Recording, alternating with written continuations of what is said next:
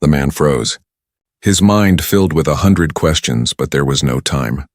The hum in the sky grew louder, closer. Strange beams of pale light swept across the street, cutting through the shadows like knives. The girls pressed themselves against the wall, trembling, their silver skin glowing faintly. The man's instinct screamed at him, "Run. Leave them. Save yourself." But another voice in his heart answered louder, "They are children. They are scared. And they have no one else." He clenched his fists. He had fed stray dogs for years because he believed kindness mattered, even when no one else cared. Tonight, that same kindness was pulling him into something impossible, something dangerous. The hum grew louder still. The light swept nearer. The night was no longer ordinary, and the man realized this was only the beginning, a risky decision. The night was no longer calm. The strange hum in the air grew heavier, pressing against the man's chest like invisible weight. Above him, pale light swept across the sky, circling, searching. The dogs scattered, tails low, running into alleys. The man stood frozen, clutching the strap of his food bag, his mind screaming at him to leave. But then he looked at the two alien girls. They were huddled together, their faces pale with fear. The smaller one buried her head into her sister's chest, whispering words he couldn't understand. The taller one kept her eyes fixed on the moving lights in the sky, her grip tight on the man's sleeve as if begging him not to leave them. His body trembled. He had no weapons. He had no plan. He was only a man who came out every evening to feed stray dogs. This, whatever this was too big for him. He thought of running home, locking his doors, pretending none of this had ever happened. But then he remembered the way they had eaten his bread, desperate and starving. He remembered the word the taller girl had spoken. Hunters. Whoever hunted them would not show mercy. They were just children. If he left, they would not survive the night.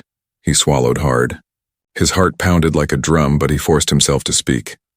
"Follow me," he whispered. The taller girl's eyes widened, glowing faintly in the dark. She hesitated for a moment, then nodded. The man led them quickly across the street, keeping to the shadows. The hum in the air grew sharper, as if something in the sky was sniffing the ground below. The beams of light cut across buildings and trees, and each time the girls flinched as though the light itself burned them. The man guided them toward an old shed behind a row of abandoned houses. It was a place he sometimes used to keep bags of food for the strays when it rained. The wooden walls were cracked, the roof half broken, but it was shelter.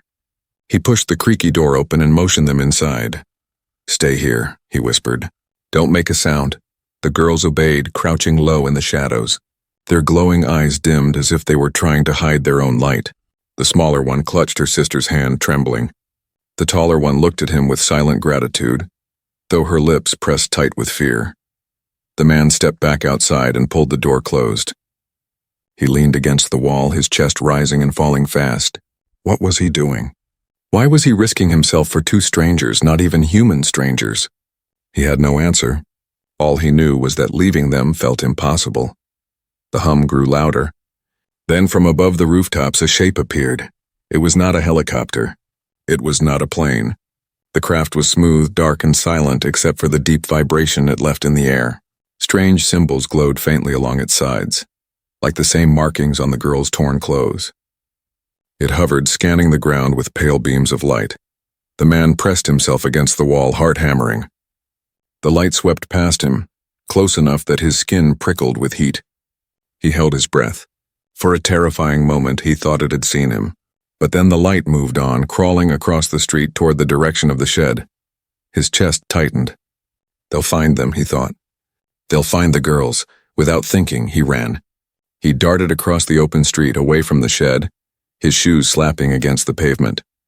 The beam of light snapped toward him instantly, locking on. The craft shifted, following him. The man's lungs burned as he sprinted down the alley. He didn't know where he was going, only that he had to lead them away. His mind screamed in panic, but his legs kept moving. Behind him, the beam of light cut sharper, chasing him like a predator. The sound grew louder. The walls of the alley vibrated. The man ducked behind an old dumpster, gasping for breath. The light swept over him, then stopped.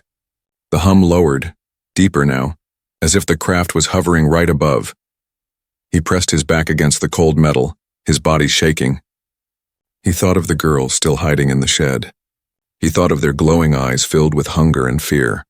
And despite the terror clawing at his chest, he whispered to himself, "They can't have them. Not tonight." Suddenly, the ground near him sparked with blue light. A circular device dropped from the sky, landing with a hiss. It glowed, humming with strange energy. The man's eyes widened in horror. Whatever it was not meant for him to understand. It was a tool of hunters. The device cracked open, releasing a pulse of light that swept the alley. The man staggered, his vision swimming. His ears rang. For a moment he felt as though the air had been ripped from his lungs, but then another sound broke through the ringing, a sharp piercing cry. It was not human. It came from the shed. The man's heart sank. The smaller girl must have cried out, unable to stay silent. The hunters would know now. The craft shifted, its light swinging toward the shed. "No," the man gasped. His body moved before his mind could think. He stumbled from the alley, waving his arms, shouting, his voice breaking the silence of the night. "Here, I'm here." The light snapped back toward him, the craft whirred, adjusting its course. The man's legs carried him blindly through the darkness, away from the shed, away from the girls. His chest burned, his body weak, but he refused to stop. For the first time in his life, he was not just feeding the hungry. He was protecting them, and he knew this decision would cost him dearly. The truth revealed. The man's lungs burned as he ran. His legs screamed for rest, but fear pushed him forward. Behind him, the pale beam of light cut through the darkness, chasing him like a predator that never tired. The hum of the strange craft shook the air, growing sharper, faster. He turned a corner and pressed himself against a crumbling brick wall. His chest heaved, his shirt clinging with sweat. He dared not look back. His mind was a storm. What are they? Who are those girls? And who is chasing them? He listened. The hum moved past the alley, floating toward the empty ground again. The hunters had not given up, but for now he was hidden. He pressed his back to the wall, forcing his breath to slow. His heart screamed at him to keep running. But another voice inside him whispered, "The girls." They were still in the shed, alone, frightened, and hunted. He clenched his fists. He could not leave them. No matter what they were, no matter where they came from, they were children in danger, and he could not abandon them. Gathering his strength, he slipped through the shadows and circled back. The shed loomed in the distance, its wooden frame trembling as the strange hum rolled across the sky. He pushed the door open and slipped inside. The girls were there, crouched together. Their glowing eyes widened when they saw him. The smaller one ran forward, clinging to his arm. The taller one stood still, her face pale, her voice trembling. "You came back," the man swallowed hard. "I couldn't leave you." Her lips parted as if she wanted to argue, but instead tears filled her glowing eyes. She nodded. The hum outside grew softer, moving away for the moment. The man knew it was only a matter of time before the hunters returned. He crouched down to their level, speaking in a low whisper. "Tell me the truth. Who are you? What are they looking for?" The girls exchanged a glance. The smaller one shook her head, whispering in their strange language. The taller one placed a hand on her sister's shoulder, then looked back at the man. Her voice was quiet but heavy with meaning. "We are not human." The words were simple, yet they cut through the silence like a knife. The man did not move. Deep down, he had already known. Their glowing eyes, their strange skin, the way their hands sparked faint light, none of it was human. But hearing the words made his chest tighten. "Where did you come from?" he asked. The taller girl's gaze drifted upward toward the dark roof. "From the sky. From far, far away. Our ship?" Her voice cracked. "Our ship is broken. We fell here. We were not meant to stay." The smaller girl whispered something, and tears rolled down her silver cheeks. The taller one held her close. "We are the last," she said. "Our family. Gone, our people. Gone, only us." The man's throat tightened. He wanted to ask how, why, but the pain in her voice told him enough. "These children were survivors of something terrible. Who's hunting you?" he asked, her eyes darkened, glowing faintly in the shadows. "Soldiers. Not human. They serve the ones who destroyed us. They search for us now. If they find us." She shook her head. "No escape." The smaller girl pressed closer to her sister, trembling. "Punish us," she whispered in broken English. "Take us back, kill." The man's chest grew heavy. He looked at them. Two fragile children alone on a strange world, hunted by powers beyond his understanding. He had no reason to trust them, but every part of him screamed that their fear was real. He leaned forward, his voice firm. "I won't let them take you." The taller girl's eyes widened. "Why? You owe us nothing." The man shook his head. "You are starving, lost, and hunted. You are children. That's reason enough." For the first time, the taller girl's lips curved in the faintest smile. A tear slipped down her cheek. She whispered, "Human, kind." The moment was broken by a sudden vibration. The ground shook as the hum returned, louder now. The shed rattled, dust falling from the roof. A pale light swept past the cracks in the wall. The girls clung to him, their small hands shaking. The taller one whispered quickly, urgent. "They are close. They smell us." The man's stomach twisted. "Smell you?" She nodded. "Our energy. Our blood. They can find us." The man looked around the shed desperately. There was nothing here. Only old boxes, broken tools, and a rotting wooden floor. No weapons. No escape unless... He crouched low and pulled at the floorboards. The wood groaned, cracking under his hands. Beneath it was a shallow crawl space, dark and filled with dirt. Not safe, not comfortable, but it was something. "Quick," he whispered. "Hide here." The girls stared at the hole, fear in their eyes.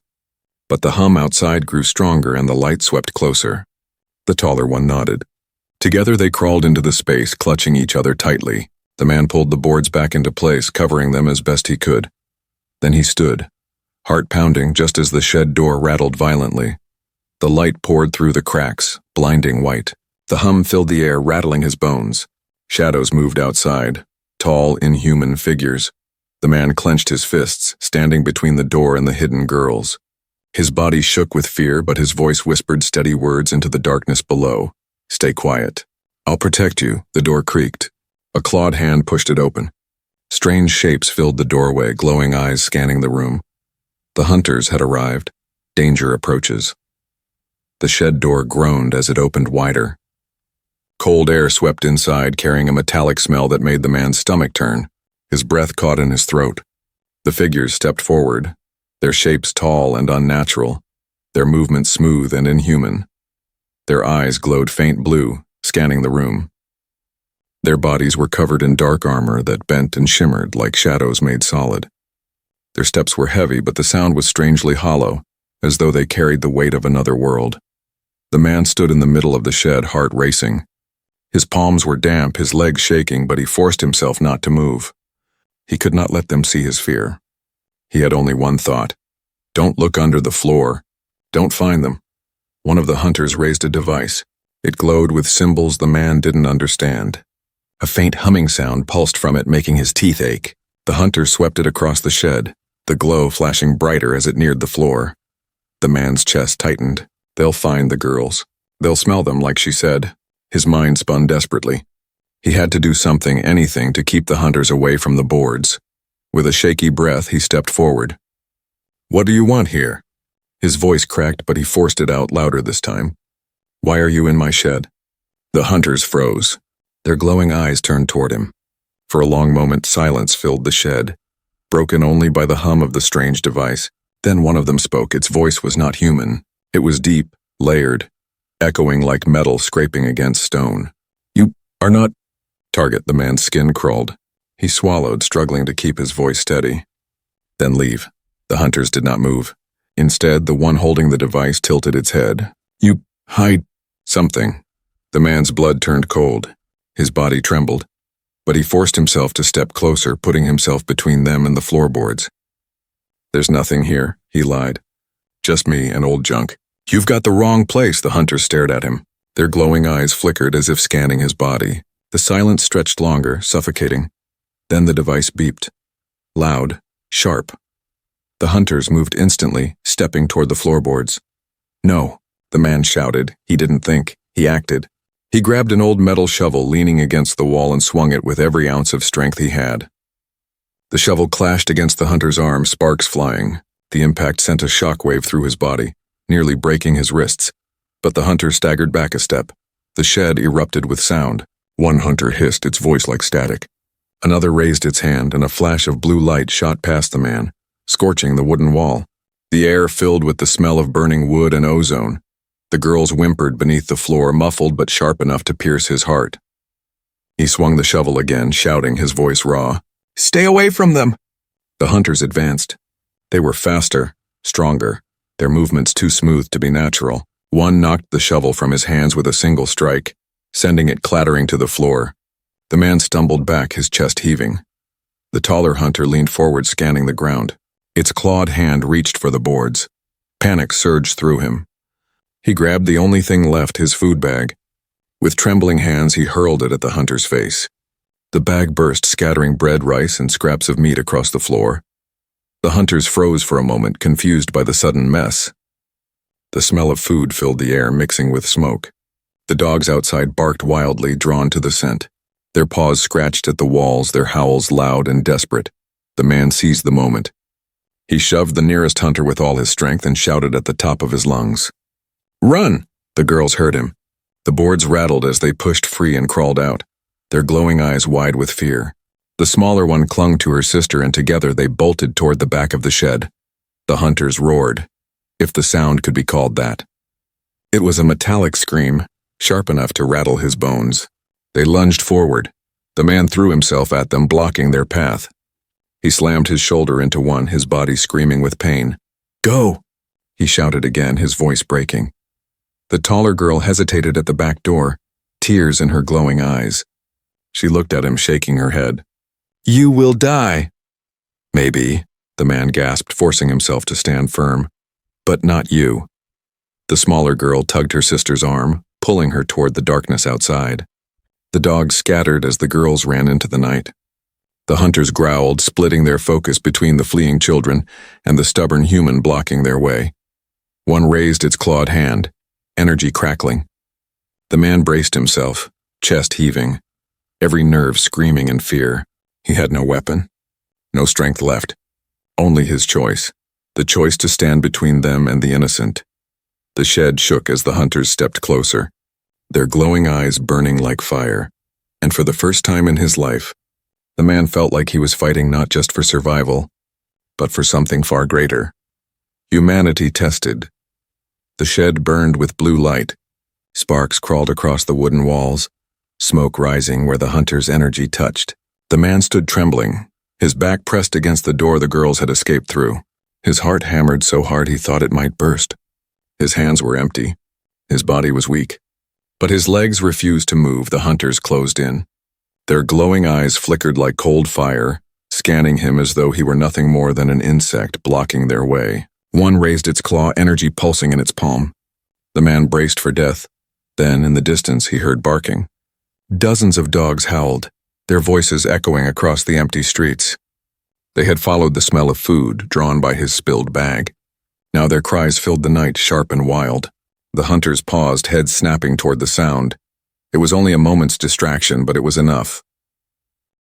The man threw himself sideways, slamming into the hunter with all his weight. Pain exploded through his shoulder, but the armored figure staggered back, its energy blast firing wide and burning a hole in the roof. The man crashed to the floor, gasping. His arms shook as he tried to push himself up. The hunters advanced again, their movements sharp and merciless. Suddenly, the shed door behind him burst open. A blast of pale light surged through, knocking one hunter backward. The man shielded his eyes, blinking through the brightness. The girls stood in the doorway. Their small bodies trembled, but their hands glowed with fierce light. The taller one's face was pale with effort, her eyes blazing brighter than before. The smaller one clung to her sister, her hand glowing faintly as well. "No," the man cried. "Go, run!" But the taller girl shook her head. "We will not leave you." The hunters roared, their voices like grinding metal. They rushed forward, claws raised. The girls raised their hands together. A wave of light burst outward, slamming into the hunters and sending them crashing into the walls. The shed shuddered, wood splintering under the force. The man stared in shock. The light came from their bodies, from their very blood. He felt its warmth brush against his skin, not painful, but powerful, alive. The girls stumbled, falling to their knees. The glow dimmed quickly. The taller one coughed, her body shaking. "Too much," she whispered. The hunter stood again, slower this time, but unbroken. Their armor sparked, scorched by the blast, yet they advanced without fear. The device in one's hand pulsed brighter, locking onto the girl's energy. The man scrambled to his feet. His body screamed in pain, but he forced it to move. He grabbed the broken shovel from the floor, its metal bent but still sharp at the edge. He raised it like a weapon, his arm shaking. "Stay behind me," he said. The taller girl gasped. "You cannot fight them." He tightened his grip. "Maybe not, but I can buy you time." The hunters lunged. The man swung the shovel wildly, the metal scraping against armor, throwing sparks into the dark. He shouted with every strike, his voice raw. The hunters struck back, claws slashing the air, energy blasting around him. One beam grazed his side, burning his shirt and skin. He cried out in pain but refused to fall. The dogs outside howled louder, scratching at the shed walls. Their bodies slammed against the wood, desperate to get in. The hunters hissed, distracted again by the noise. The taller girl crawled forward, dragging her sister with her. She reached out, pressing her glowing hand against the man's back. Warmth spread through him, dulling his pain, steadying his breath. He turned his head in shock. Her glowing eyes met his. "We share strength." The man felt it, the faint surge of energy moving through him, not enough to make him powerful, but enough to keep him standing. He clenched his jaw, raised the shovel again, and roared. He struck one hunter across the head. Sparks exploded. The creature staggered back, crashing into the wall. Another swung its claw at him, but he ducked, the strike slicing through empty air.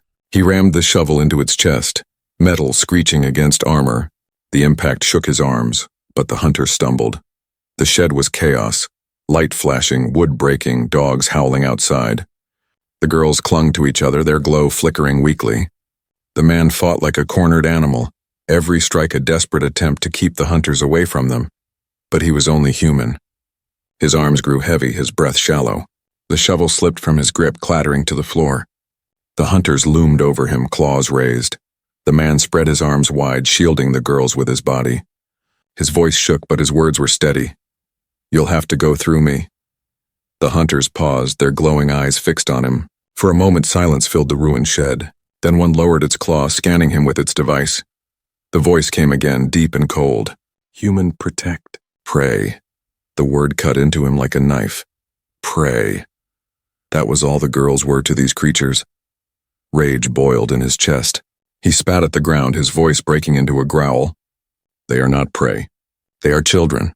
The hunters tilted their heads as if confused by his defiance. The silence stretched again. Then, without warning, one raised its claw. The man braced himself, certain it would be the end. But just as the strike fell, the dogs broke through. The wall of the shed cracked open as half a dozen strays forced their way inside, teeth bared, eyes wild. They threw themselves at the hunters, biting, clawing, snapping. Their bodies were small, weak compared to the armored giants, but their fury was unmatched. The hunters staggered, trying to shake them off. The shed filled with chaos, growls, hisses, the crackle of energy blasts. The man grabbed the girls and pulled them toward the broken wall. His voice was hoarse but strong. "Now, run!" Together they stumbled into the night, leaving behind the chaos of the burning shed. For the first time, the hunters were not chasing. They were fighting a pack of creatures that should have been powerless, but were fierce because they were defending the only human who had ever cared for them. And as the man ran with the girls at his side, he realized something. This was no longer just their fight. It was his, the choice and the ending. The night was alive with chaos. Behind them, the shed burned with blue light, sparks leaping into the sky as hunters fought the furious pack of strays. The man, his chest aching and skin scorched, pulled the two alien girls through the broken alleys. Their glowing eyes reflected fear, but also something else. Trust. The hum of the hunter's craft still rumbled above, circling like a vulture. The man knew the fight was not over. He had bought them a moment, not safety. The hunters would regroup. They would come again. His lungs burned with every breath. His legs felt like stone, but he refused to stop. He guided the girls toward the river at the edge of town, where the reeds grew tall and shadows stretched deep. If they could cross the water, maybe the hunters would lose their trail. The smaller girl stumbled, collapsing to her knees. The man knelt quickly, lifting her into his arms. She was light, too light, her body fragile as though she were made of glass. Her silver skin shimmered faintly, fading with every moment. "She is weak," the taller girl said, her voice breaking. Too much power used. She cannot. Last, the man's chest tightened. He looked down at the child in his arms, her glowing eyes half closed. His voice cracked. No, don't say that. We'll get her safe. The taller girl pressed her hands against her sister's chest, her own glow flickering as she tried to share strength. The smaller one stirred faintly, whispering in broken words. Don't leave me. The man swallowed hard. Never, he said. They moved again, the reeds swaying around them. The river glimmered faintly under the moonlight. For a moment there was only the sound of water in their ragged breaths. But then, the hum returned. Louder, closer. The hunters were coming. The man clenched his jaw. His body was failing, but his spirit refused to break. He turned to the taller girl. If they catch us, they'll take you. You know that. She nodded slowly. His voice grew firm. You can't let that happen. Do you understand? Whatever it takes, you must stay free. Her eyes widened. But you, no time, he snapped, though his voice trembled. You are the last of your kind. You said it yourself. If you fall, everything ends. Tears welled in her glowing eyes. Why do you help us? We are not your blood, not your people. The man looked at her for a long moment, his chest heaving. Then he spoke simple and true. Because you're children, and because humanity means protecting those who can't protect themselves, even if they're not from this world. The taller girl's lips trembled. She bowed her head, whispering words in her strange language. The hum split the night again. The hunters emerged through the reeds, glowing eyes sweeping the darkness. The man stepped forward, placing himself between them and the girls one last time. His legs shook, his arms hung heavy, but his voice carried steady into the night. You'll have to go through me. The hunters advanced. Their claws sparked with energy. The craft above lowered, its lights cutting across the river. The man knew he would not win, but he also knew he would not run. Then something changed. The taller girl stood beside him. Her glowing hand rested on his arm. The smaller girl, still weak, pressed against his side. Their light flickered together, brighter than before. We will not let you fall alone, the taller one whispered. The hunters raised their claws. The air crackled with blue energy. And then, light erupted. It burst not from the hunters, but from the sisters. Their bodies glowed like stars, their eyes blazing with fire that belonged to another world. The ground shook. The reeds bent. The river rippled with waves of silver light. The hunters staggered, their armor sparking as the blast consumed them. The man shielded his face, blinded by the brilliance. His ears rang with the force of it. For a moment he thought the world itself was tearing apart. Then, silence. He opened his eyes slowly. The reeds swayed in the wind. The hunters were gone, scattered into ash, their craft retreating into the sky with a fading hum. Only the three of them remained, standing by the river. The girls collapsed, their glow dimming. The man caught them both, holding them tight. His chest shook with sobs he didn't know he had been holding. The taller girl's voice was faint. We used too much. We must sleep. The man nodded, tears streaking his face. You're safe now, rest. I'll watch over you. The smaller one whispered a single word before her eyes closed. Human. He held them both, his arms trembling, his heart heavy yet burning with pride. They were not his daughters, not even his species, but in this moment they were his to protect. The night grew quiet. The dogs appeared from the shadows, circling him, their eyes watching, their bodies calm now. They lay near him, as if guarding him and the girls together. The man looked up at the stars. They seemed brighter now, endless and alive.